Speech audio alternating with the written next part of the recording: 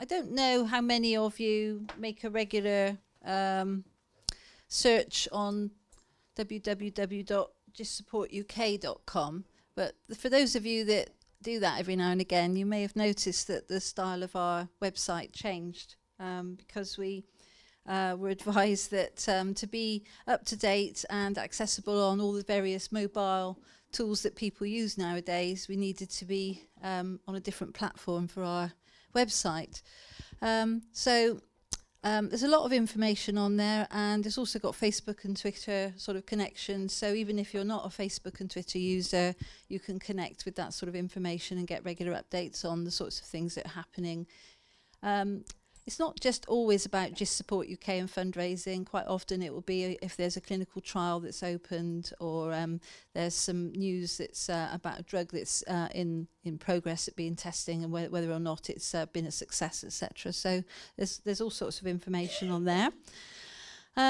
Just Support UK has got 2 new trustees since probably we presented last time. We've got a lady called Amalia Formoso who's joined us. She's a wild-type GIST patient, and she wants to try and assist us with fundraising, is what she said. Her background's as an investment manager in the city, and I think she's hoping to assist by opening up the possibilities of corporate fundraising, which is obviously something which has been kind of beyond our capability until now.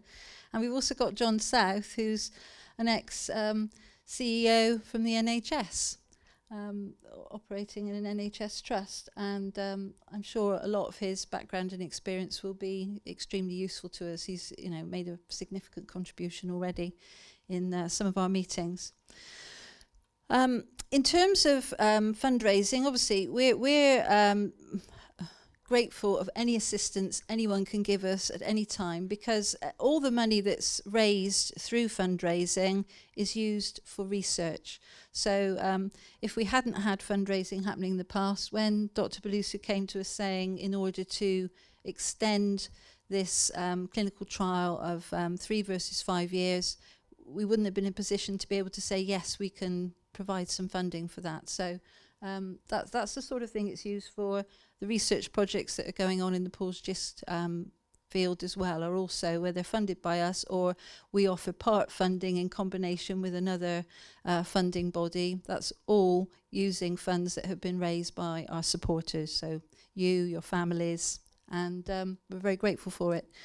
Now, one of the other things which Victoria Bassett, who organises our sort of events fundraising and is the lead on fundraising within Just Support UK, wanted me to mention was that for next year we've actually got a place. We don't get a place every year in the London Marathon, but next year we've got one, and we've got applications are open now. So if you or anyone else would like to run in the London Marathon and raise funds for Just Support UK, please send an email to fundraising@justsupportuk.com, and you'll be sent an application form, etc. So, and then you can take that further.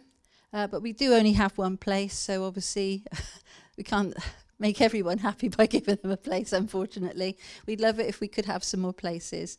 Similarly, there's this thing, Ride London. We've just had the biggest team we've ever had in Ride London this year. We had 14 riders, and I think they raised about, just under £14,000, I think it was, 12 or 13, something like that. So it was really the best we'd ever had. It's a very big thing to organise and coordinate. And I say we will have places next year, so if anyone feels like cycling 100 miles in a day in London and raising some funds for us, then... Sorry? I can't hear you, sorry. Oh, there's some shorter routes. Oh, sorry, well, I didn't realise that. There we are. That's why I have never entered. 95 and 98 miles. Is it? Oh, right, okay. Right, so you've had a lot of people talking at you today, and the thing that Nick was alluding to is the fact that we, as a charity, we've been going for 10 years, and throughout that period of time, obviously when it was started by Judith and a very able and articulate selection of patients who, having experienced GIST firsthand, felt they needed to share their experiences with others who'd been newly diagnosed, offer support. I know when my daughter was diagnosed, after 3 months of depression, Judith was the first ray of sunshine. And the one thing, I suppose, that we've done in that period of time, we have offered support to many hundreds of people during that time.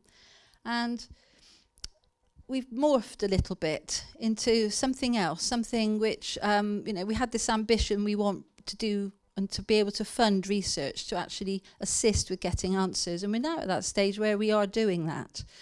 And one of the things that along the way has become apparent is that we're kind of a bit more multifaceted. So we are providing support, but we are helping to patients in every different way. But we can offer more support by developing and being able to encourage and deliver on research.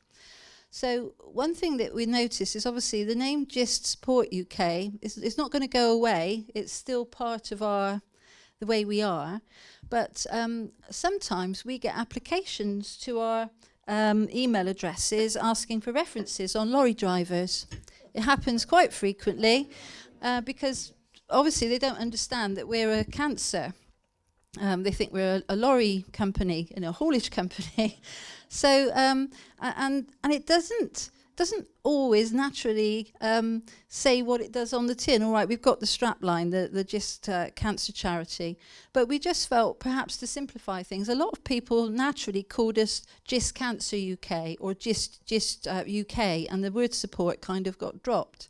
So we collectively decided that moving forward, we're going to be moving forward to the name GIST Cancer UK. Obviously, GIST is a sarcoma by classification, but it is a cancer, and it's very clear then. Hopefully we won't get the reference requests for lorry drivers, and it will be more obvious what we are.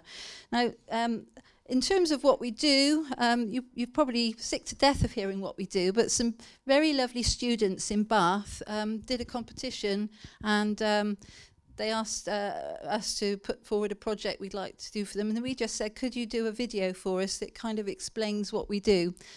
And they created what I'm going to show you next. I hope it works.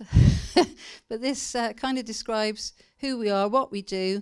And they did, in turn, win the competition that they entered. So that was quite good.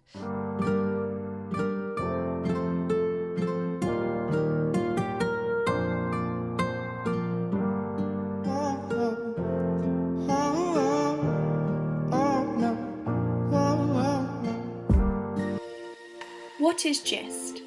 It is a gastrointestinal stromal tumour. What does that mean? It is a rare form of cancer that can occur anywhere in the digestive tract, but it is most common in the stomach and the small intestines. It is one of a group of cancers known as sarcomas. What causes GIST? We do not know why people get GIST. Currently, research suggests there are only a few families in the world where there is a genetic link. How many people are affected? There are around 800 new patients a year in the UK. Currently, there is no cure for GIST cancer where surgery isn't possible.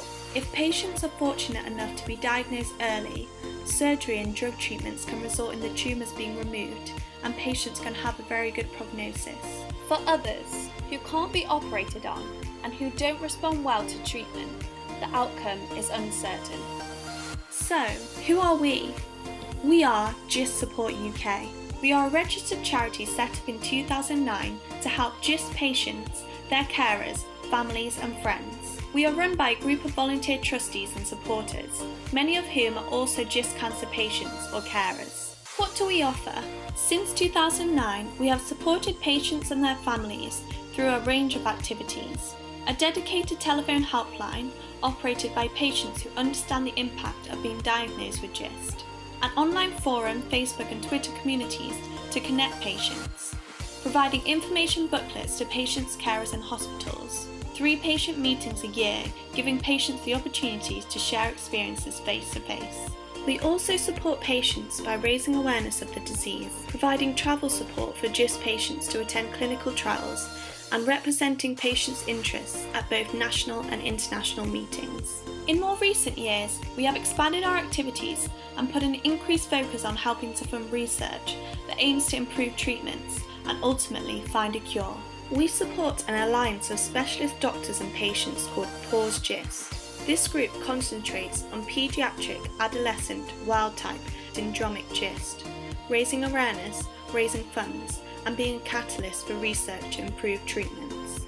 Pause GIST is a rare type of GIST that affects younger patients. We have established a Pause GIST clinic at Addenbrooke's Hospital in Cambridge. The clinic offers patients world-class advice, a personalised treatment plan, and research to find a cure. We have also opened the National Tissue Bank for GIST cancer samples at the Royal Marsden Centre for Molecular Pathology in London, UK. Here, fresh or wax blocks of tumour tissues and blood samples can be stored and available to researchers. As we are expanding, we have decided to rebrand ourselves to reflect all the work we undertake. We are now GIST Cancer UK. How can you help?